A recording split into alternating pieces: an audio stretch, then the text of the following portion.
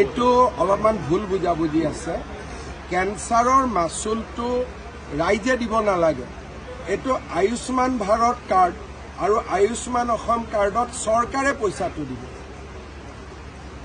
যেনেকৈ আমি তাত লিখিছে যে জেনেৰেল বেডত ইমান টকা বাঢ়িলে, জেনেৰেল বেডৰ পইচাটোতো ৰাইজে দিব নালাগে, কাৰ্ডৰ পৰাহে দিব।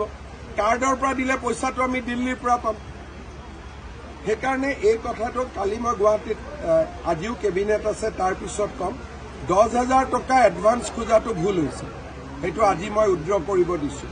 কিন্তু বাকী যি চাৰ্জ আছে, ৰেট আছে, এইটোতো পইচাটো আমি দিল্লীৰ পৰা পাম। গতিকে আমি ৰেটটো যদি অলপ বেছি কৰি দিল্লীৰ পৰা টকাটো আনি আকৌ কেঞ্চাৰ পেচেণ্টৰ কাৰণে খৰচ কৰিব পাৰোঁ, কি বেয়া আছে? এইটো বুজি নোপোৱাৰ কাৰণে এইটো প্ৰতিক্ৰিয়া হৈছে।